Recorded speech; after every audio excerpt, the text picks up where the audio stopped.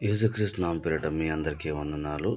ఈరోజు మనం ఆదికాండం 28 అధ్యాయం 15 వచనంలో చూసుకుంటే, దేవుడు మనతో ఇలా మాట్లాడుతున్నాడు. ఎలాగంటే, ఇదిగో నేను నీకు తోడై ఉండి, నీవు వెళ్ళు ప్రతి స్థలమందు కూడా నిన్ను కాపాడుతాను.